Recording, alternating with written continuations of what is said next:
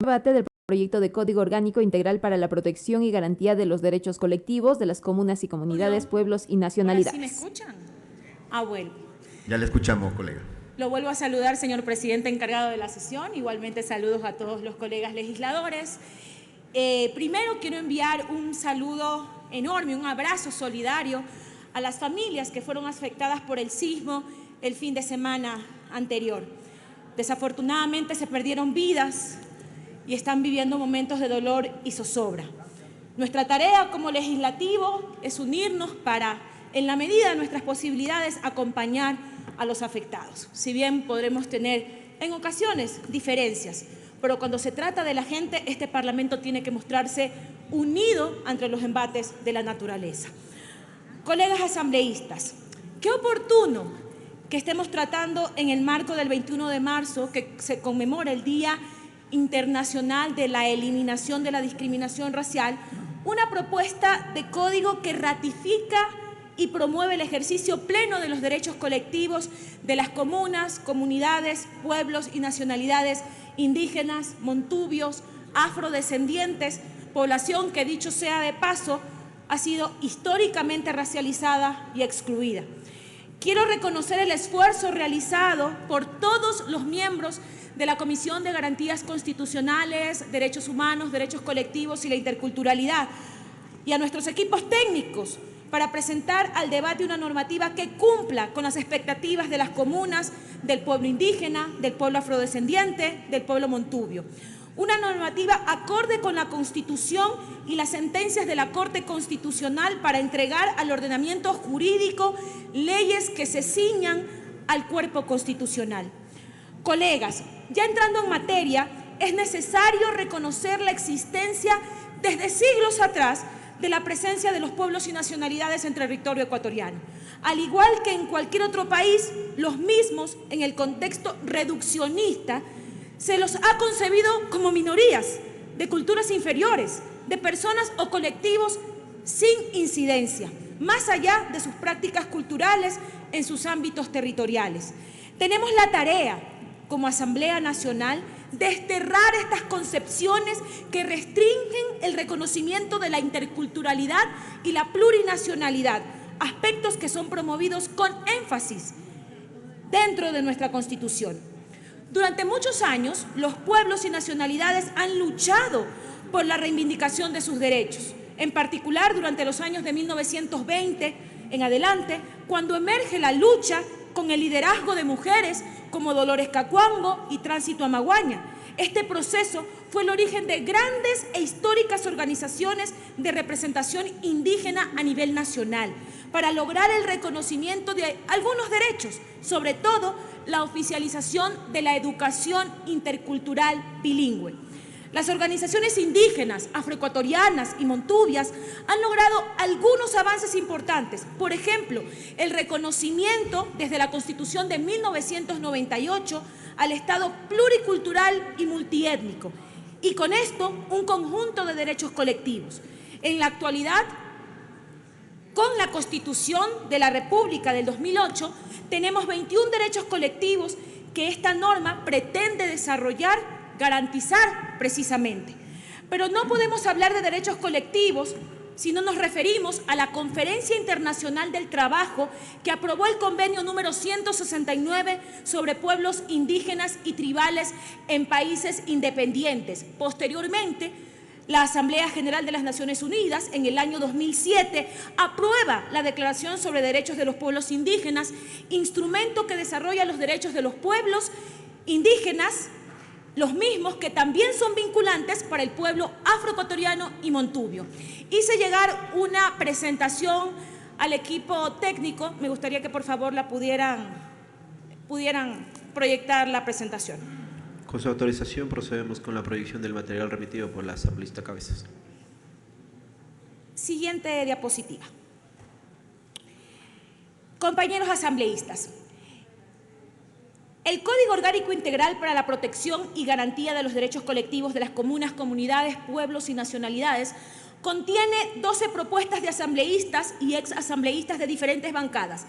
Y en ello me detengo para para reconocer la voluntad política de este Parlamento para priorizar esta deuda con las comunas, comunidades, pueblos y nacionalidades y así poder debatir esta norma. Siguiente diapositiva. Es necesario indicar que la construcción de este código nace de la socialización que realizó la Comisión de Garantías Constitucionales en 22 de 24 provincias y que en los registros datan de más de 1.166 personas participantes en la misma. Siguiente diapositiva. Pero, ¿qué es lo que propone este código?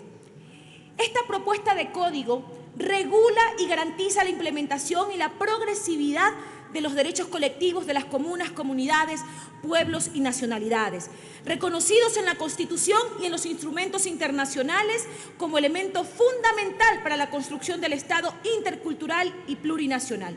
Así también establece el ámbito y los mecanismos para la coordinación y cooperación entre órganos de la función judicial y las funciones jurisdiccionales de las autoridades indígenas. Reconoce y protege el patrimonio genocultural de las comunas, comunidades, pueblos afroecuatorianos, montubios, nacionalidades indígenas, ancestrales y otros colectivos del Ecuador. La regularización de la investigación del patrimonio genocultural y la determinación de normas para la extracción y utilización del material genómico de estos pueblos, nacionalidades y otros colectivos y el establecimiento de las sanciones en la distribución, comercialización y uso ilegal del patrimonio genocultural del Ecuador.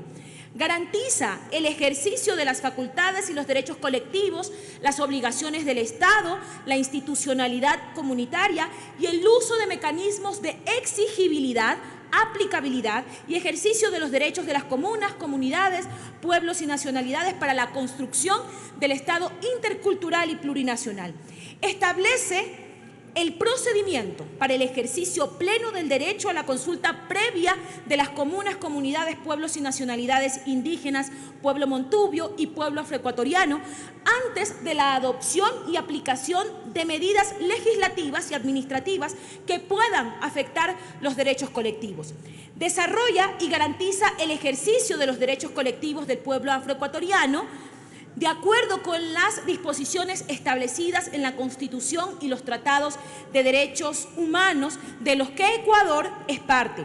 Mejora las condiciones de vida del pueblo montubio, estableciendo mecanismos para la aplicación de políticas públicas y lineamientos que garanticen el ejercicio y el proceso oportuno a los derechos individuales y colectivos. Siguiente diapositiva.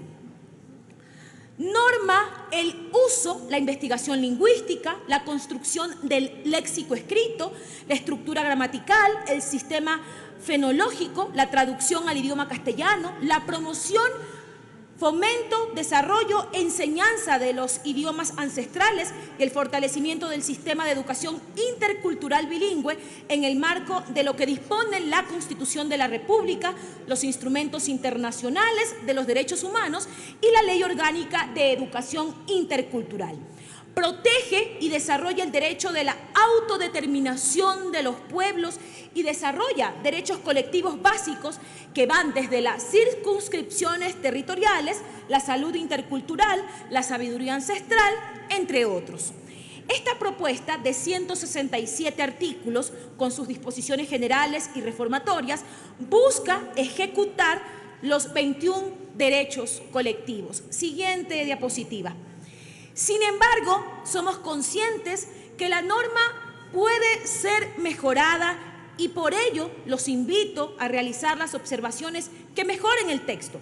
Un dato importante es que el Código debe derogar la actual Ley de Organización y Régimen de Comunas que data desde el 2004 para no crear inseguridad e incertidumbre jurídica. Siguiente diapositiva.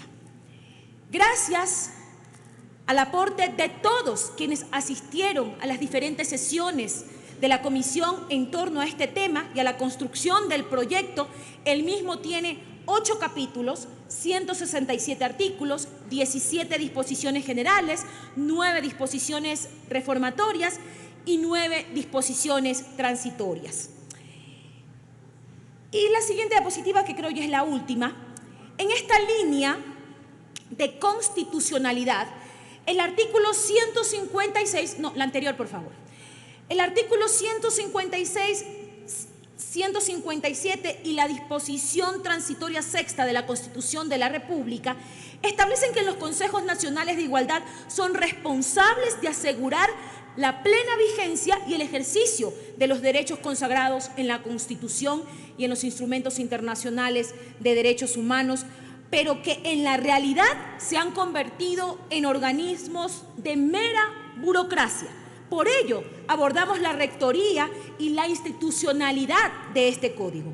El mencionado convenio 169 de la OIT ha contribuido de manera sustancial al reconocimiento y a la protección de los derechos de los pueblos indígenas y tribales en países independientes, con el reconocimiento de su carácter de pueblos y nacionalidades, tanto para los indígenas como los afrodescendientes y otros colectivos, en particular a través de los artículos 2, 3, 4, 5, 19 y 34 y otros.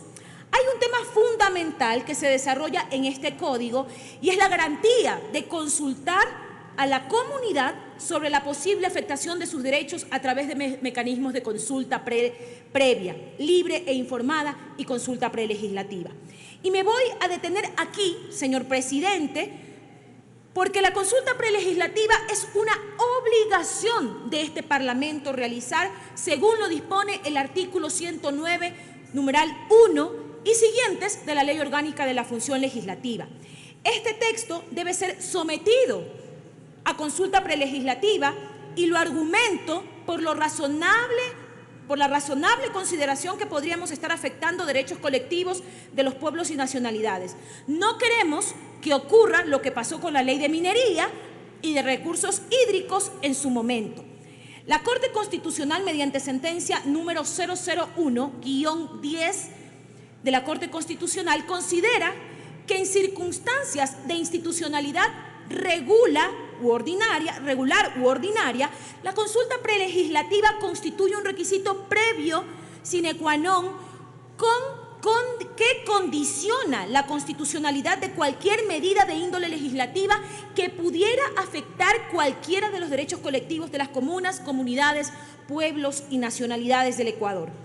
Colegas asambleístas, este texto debe ser sometido a una consulta prelegislativa por abordar derechos lingüísticos, derechos a la protección de los recursos genéticos y al patrimonio genocultural, derecho a la tierra y territorios, derecho a la protección de la sabiduría ancestral, derecho a la comunicación e información, derecho a la igualdad y no discriminación, derecho a la identidad y patrimonio cultural, derecho a la libre determinación y régimen de autoridad comunitaria, justicia indígena, entre otros derechos colectivos del pueblo afroecuatoriano y montubio.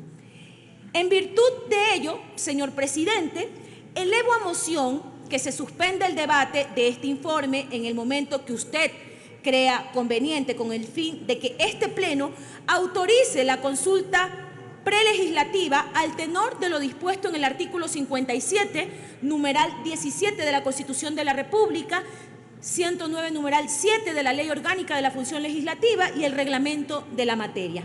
Sabemos que luego de este debate se rompen los plazos y debemos entrar en un proceso de consulta prelegislativa y se va a consultar todos los aspectos que se ameriten. Este proceso será realizado por la misma comisión, como dicta el reglamento aprobado por el CAL para el efecto.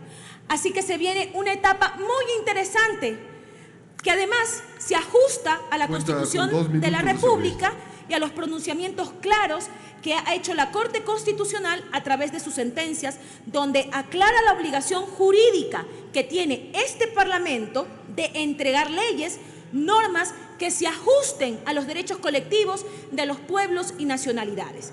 Es importante resaltar y aclarar que esta ley no regula consulta popular, ni consultas ambientales. Ese tipo de consultas se desarrollan en otras normas de su materia.